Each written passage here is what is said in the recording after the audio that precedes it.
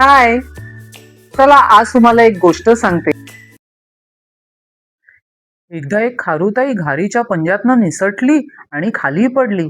पण ती पडली तर एका वाळवंटात, जिथे दूर दूर तर काहीच नव्हतं. ती विचार करू लागली, हे देवा, मी या वाळवंटात कशी बरं जगू.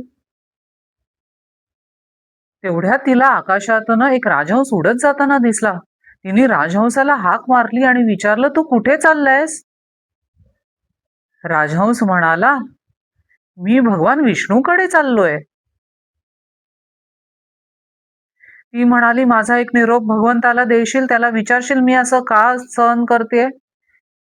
राजहंसाने भगवंताला निरोप दिला.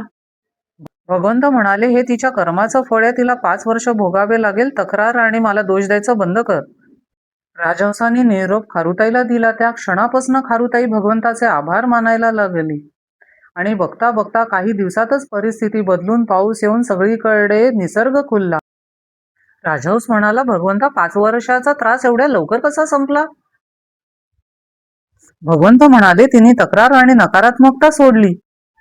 सकारात्मकता आणि कृतज्ञता हीच सुखद आयुष्याची गुरुकिल्ली आहे. कशी वाटली गोष्ट? कमेंटमध्ये नक्की कळवा.